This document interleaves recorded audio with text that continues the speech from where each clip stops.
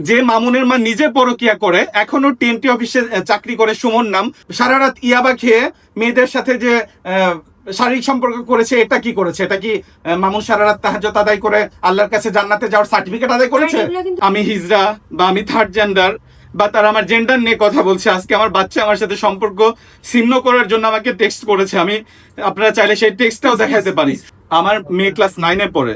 ও হচ্ছে লাস্ট লিখেছে যে আমি পড়াশোনা সবকিছু অফ করে দিব। সবাই বলছে যে তুমি মোহনা ফুপির সাথে টাকা খাওয়ার জন্য বা কোনো অবৈধ রিলেশন করার জন্য তার পাশে দাঁড়িয়েছো। এটা কোন ধরনের এক্সপোজ করছে মামুনের মা?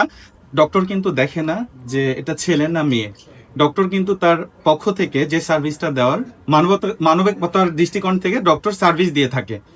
কারণ এমনও মেয়ে পেশেন্ট আছে যাদেরকে টাচ করা ইসলামে ঠিক না, তারপরে কিন্তু ডক্টর মেয়েদেরকে টাচ করছে, মেয়েদের বিভিন্ন প্রাইভেট পার্টে ট্রিটমেন্ট করছে। এটা তো কোনো ব্যাড টাচ না। যেখানে হাজার হাজার গণমাধ্যম থাকে সেখানে কোনো ছেলে কোনো মেয়েকে ব্যাড টাচ করে টাচ করতে পারে।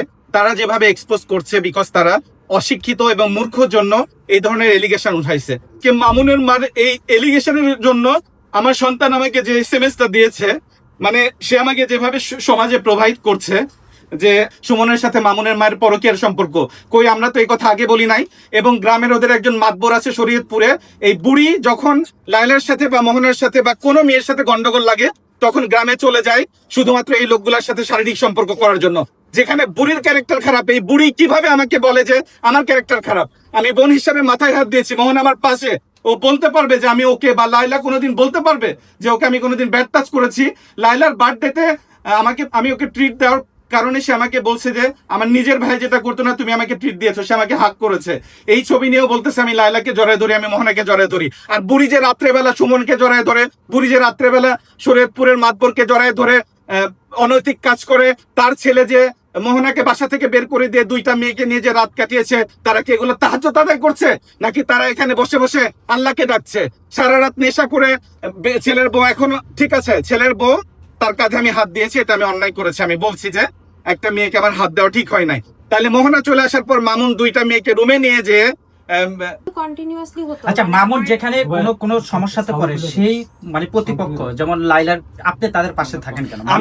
আমি যে ঝামেলাটা কোথায়? আচ্ছা, মামুনের সাথে আমার ঝামেলা কোথায় বা কি, এটা নিয়ে আপনারা অনেকেই কন্ট্রোভার্সি করছেন। এতটুকু বলবো যে মামুনের সাথে আমার প্রিভিয়াস ডেতে ভালো রিলেশন ছিল ফ্রেন্ড হিসাবে, বাট যখন দেখেছি মামুন দিনের পর দিন অনৈতিক কাজ করে, দিনের পর দিন মেয়েদের সাথে এই ধরনের টর্চার করে এবং টাকা পয়সাওয়ালা মেয়েকে টার্গেট করে হাতিয়ে দিয়ে টাকা খাওয়া শেষ হলে, গাড়ি কিনে নেওয়া শেষ হলে মামুন তাদেরকে বেশ্যা বলে এবং তাদেরকে বলে তারা পতিতালয় থেকে এসেছে।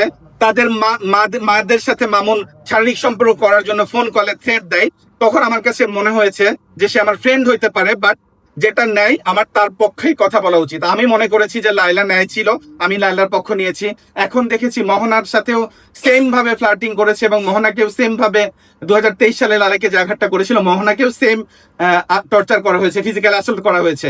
তখন আমি মোহনার পাশেও এসেছি এবং ইকরা নামে যে মেয়েটা আমার কাছে হেল্প চেয়েছে আমি তার পাশেও এসেছি। এবং আরো যদি কোনো মেয়ে আমাকে সোশ্যাল মিডিয়া পারপাসে, যেহেতু আমি একজন টিকটকার, আমি প্রত্যেকটা মেয়ের পাশে দাঁড়াতে চাই যাদেরকে মামুনের মতো নোংরা ছেলেরা বা মামুনের মতো সমাজে যারা নেশাখোর, ড্রাগ অ্যাডিক্টেড, মাফিয়া গ্যাং, কিশোর গ্যাংয়ের লিডার যারা মেয়েদেরকে নিয়ে প্রতারণা করে, তাদের প্রত্যেকটা মেয়ের পিছনে আমি দাঁড়াবো।